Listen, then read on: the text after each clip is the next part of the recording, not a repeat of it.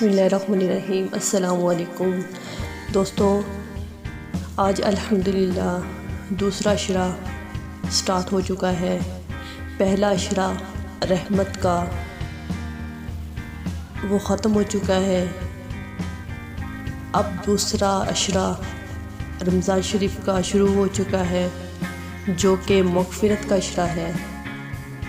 تو دوستو، آج ہم لوگ بات کریں گے روزے کے بارے میں، کچھ لوگوں کی جو غلط فہمیاں ہیں ان کا۔ تو شروع کرتے ہیں۔ پہلی غلط فہمی یہ ہے کہ الٹی آنے سے روزہ ٹوٹ جاتا ہے، لیکن درست مسئلہ یہ ہے آج خود کتنی ہی الٹی کہہ آئے روزہ نہیں ٹوٹتا، البتہ خود قصدن یعنی جان بوجھ کر، مثلا انگلی وغیرہ منہ میں ڈال کر کی جائے، وہ منہ بھر ہو تو روزہ ٹوٹ جاتا ہے، جبکہ روزہ دار ہونا یاد ہو۔ دوسری غلط فہمی یہ ہے حالت روزہ میں احتلام ہو جائے تو روزہ ٹوٹ جاتا ہے، لیکن درست مسئلہ یہ ہے حالت روزہ میں احتلام سے روزہ نہیں ٹوٹتا۔ تیسری غلط فہمی یہ ہے کچھ لوگ سمجھتے ہیں تھوک یا بلغم نگل جانے سے روزہ ٹوٹ جائے گا، مکروہ ہوگا، اسی بنا پر بار بار تھوکتے رہتے ہیں، لیکن درست مسئلہ یہ ہے تھوک اور بلغم جب تک منہ میں ہو ان کو نگلنے سے روزہ نہیں ٹوٹے گا۔ ہاں، منہ سے باہر مثلا تیلی پر تھوک کر پھر منہ میں دوبارہ ڈالا تو روزہ ٹوٹ جائے گا، یہ عام طور پر کوئی نہیں کرتا۔ چوتھی غلط فہمی یہ ہے کچھ لوگ روزہ میں تیل خوشبو لگانے اور منہ زیر ناف صاف کرنے کو درست نہیں سمجھ رہے ہوتے، لیکن درست مسئلہ یہ ہے یہ کام روزہ کی حالت میں جائز ہے۔ سرما لگانے سے بھی روزہ نہیں ٹوٹے گا، البتہ کاجل کا حکم سرما والا نہیں، کاجل سے پرہیز کیا جائے۔ پانچویں غلط فہمی ہے کہ رمضان میں سحری میں آنکھ نہ کھلے، سحری کھانا چھوٹ جائے تو روزہ نہیں ہوتا۔ سحری درست مسئلہ یہ ہے سحری روزہ کے لیے شرط نہیں، رات میں نیت کر لی جائے یا نصف نہار ظہر کبریٰ سے پہلے نیت کر لی تب بھی ٹھیک ہے، لیکن سحری کا وقت ختم ہونے کے بعد نیت کی جائے تو تین چیزیں خاص مد نظر رکھی جائیں۔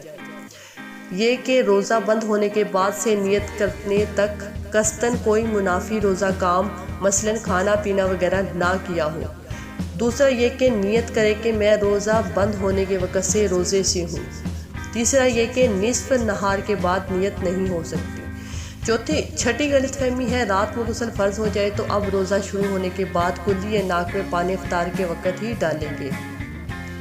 درست مسئلہ یہ ہے روزہ شروع ہونے سے پہلے کسی بھی وجہ سے غسل فرض ہو یا روزہ احتلام میں ہو جائے تو غروب کا انتظار نہیں کریں گے، روزہ کی حالت میں نہانا ہو تب بھی غسل کے تمام فرائض ادا کیے جائیں گے۔ پورے جسم پر پانی بہانے کے ساتھ ساتھ غسل میں کلی کرنا، ناک کے پورے نرم حصے میں پانی پہنچانا فرض ہے، اس کے بغیر نہ تو غسل اترے گا نہ نمازیں ہوں گی۔ یاد رہے روزہ ہو تو گرگرا نہیں کریں گے، اور عام دنوں میں بھی گرگرا غسل کا فرض یا کلی کا حصہ نہیں، جوتا گانا سنت ہے، اور یہ بھی اس وقت جب روزہ نہ ہو، البتہ روزہ کی حالت میں ناک میں پانی سانس کے ذریعے اوپر کھینچنے کی اجازت نہیں۔ ساتویں غلط فہمی ہے حالت روزہ میں مسواک نہیں کی جا سکتی، درست مسئلہ یہ ہے مسواک کی جا سکتی ہے، البتہ یہ احتیاط رکھی جائے کہ ریشے حلق میں نہ جائے۔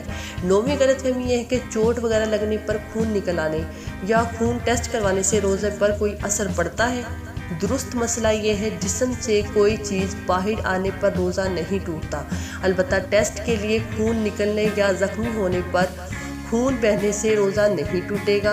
روزہ کسی چیز کے براہ راست ذریعے سے جوف، معدے یا دماغ تک پہنچنے پر ٹوٹتا ہے، البتہ چند صورتیں مستثنیٰ ہیں، جیسا کہ روزہ یاد ہوتے ہوئے جان بوجھ کر منہ بھر کے کرنا۔ 10ویں غلط فہمی یہ ہے کہ روزہ میں انجیکشن لگانے سے روزہ ٹوٹ جائے گا، درست مسئلہ یہ اگر یہ سوچ ان علماء کی پیروی کی وجہ سے ہے جن کا موقف یہی ہے تو ٹھیک ہے، البتہ جو قوی اور مضبوط دلائل ہیں ان کی روح سے انجیکشن لگانے سے روزہ نہیں ٹوٹتا، خواہ وینز میں نس میں لگایا جائے یا گوشت مسلز میں شدید ضرورت ہو تو ڈرپ بھی لگائی جا سکتی ہے۔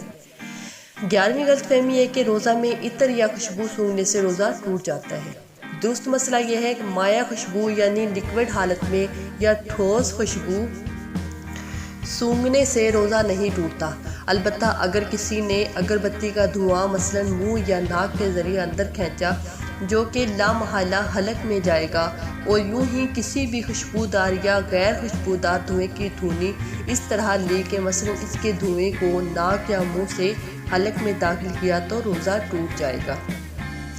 12ویں غلط فہمی یہ ہے کہ کچھ لوگ سمجھتے ہیں جس دن سفر کرنا ہے اس دن روزہ چھوڑ سکتے ہیں۔ درست مسئلہ یہ ہے اگر صبح صادق کے وقت حالت سفر میں ہو تو روزہ چھوڑ سکتے ہیں، لیکن اگر صبح صادق کے بعد سفر شروع کرنا ہے تو اس دن کا روزہ نہیں چھوڑ سکتے۔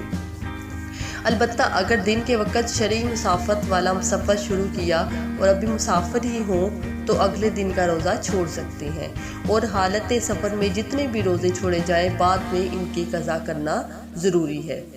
13ویں غلط فہمی ہے کچھ لوگ سمجھتے ہیں مرض یا کسی درست عارضے یا بغیر عذر کے روزہ چھوڑ دے تو فدیہ دینا اس کا متبادل ہے۔ درست مسئلہ یہ ہے ایسا سمجھنا درست نہیں۔ روزہ کسی بیماری کی بنیاد پر ترک کیا ہو یا بغیر کسی عذر کے، پہلا مرحلہ یہ ہے کہ اس روزے کے بدلے ایک روزہ قضا رکھے۔ فدیہ صرف اس صورت میں متبادل ہوگا جب بڑھاپے کی وجہ سے روزہ رکھنے کی قدرت نہ ہو، نہ ہی آئندہ قدرت ملنے کی امید ہو۔ ایسے شخص کو شیخ پانی کہتے ہیں۔ اس تفسیر بہار شریعت یا فیضان رمضان سے دیکھیے۔ 14ویں غلط فہمی، کچھ لوگ سمجھتے ہیں ٹوتھ پیسٹ کرنے سے روزہ ٹوٹ جاتا ہے۔ درست مسئلہ یہ ہے مطلقاً ہر صورت میں ٹوتھ پیسٹ کرنے سے روزہ نہیں ٹوٹتا۔ ہاں اگر ٹوتھ پیسٹ کے ذرات سے حلق سے نیچے اتر گئے تو اب روزہ ٹوٹ جائے گا۔ اسی بنا پر روزے کی حالت میں ٹوتھ پیسٹ کرنے سے علماء کرام منع فرماتے ہیں۔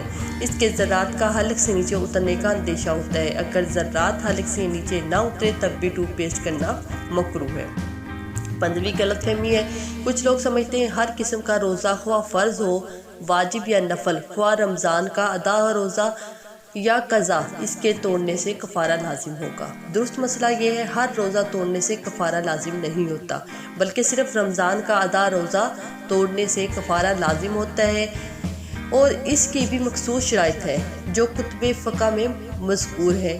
کچھ صورتیں ایسی ہیں جن میں رمضان کا روزہ توڑنے سے کفارہ لازم نہیں ہوتا اور کچھ میں کفارہ لازم ہوتا ہے، البتہ قضا کا ایک روزہ رکھنا ہر صورت لازم ہے۔ 16ویں غلط فہمی ہے کچھ لوگ سمجھتے ہیں روزہ کی حالت میں ٹھنڈک کے لیے نہانا یا کلی کرنا مکروہ ہے۔ درست مسئلہ یہ ہے روزے کی حالت میں ٹھنڈک حاصل کرنے کے لیے نہانا یا کلی کرنا بلکہ بدن پر گیلا کپڑا لپیٹنا بھی مکروہ نہیں ہے۔ ہاں اگر پریشانی ظاہر کرنے کے لیے گیلا کپڑا لپیٹا تو مکروہ ہے کہ عبادت میں دل تنگ ہونا اچھی بات نہیں۔ 17ویں غلط فہمی ہے بعض لوگ سمجھتے ہیں روزہ چھوٹ جائے بھی تو 60 روزے بطور کفارہ کے رکھنا ہوتے ہیں۔ درست مسئلہ یہ ہے روزہ چھوڑ دینے پر اس کے صرف قضا لازم ہے، یعنی ایک روزہ قضا کے بعد رکھنا ہوگا، البتہ بغیر عذر شرعی روزہ چھوڑنا سخت گناہ کا کام ہے۔ ایسی صورت میں قضا رکھنے کے ساتھ ساتھ توبہ بھی کرنا ہوگی۔ 18ویں غلط فہمی کچھ لوگ سمجھتے ہیں کلی کرتے ہوئے اگر غلطی سے پانی حلق سے اتر جائے تو روزہ نہیں ٹوٹتا۔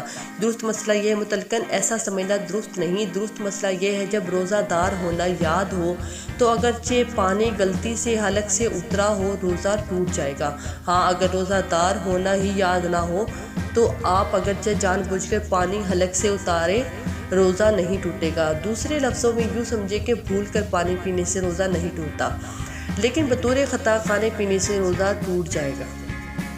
19ویں غلط فہمی بعض لوگ سمجھتے ہیں حاملہ اور دودھ پلانے والی عورت پر روزہ فرض نہیں، لیکن درست مسئلہ یہ ہے اگر حاملہ اور دودھ پلانے والی عورت روزہ رکھنے پر قادر ہو تو اس پر بھی روزہ رکھنا فرض ہے۔ ہاں اگر روزہ رکھنے سے اپنی یا بچے کی جان کو خطرہ پہنچنے کا اندیشہ ہو تو اس صورت میں وہ رمضان کا روزہ چھوڑ سکتی ہے، لیکن جتنے روزے چھوڑے گی وہ بعد میں قضا رکھنے ہوں گے۔ دوستو یہ تھی آج کے روزے کے مطابق روزے کے معاملے میں جو ہماری غلط فہمیاں ہیں، جو عام لوگوں کی سوچ ہوتی ہے کہ اس چیزوں سے روزہ ٹوٹ جاتا ہے، ان سے نہیں ٹوٹتا، تو ان کے بارے میں علماء کرام کا یہ بتائے ہوئے درست مسائل ہیں جو آپ لوگوں سے میں نے شیئر کیے۔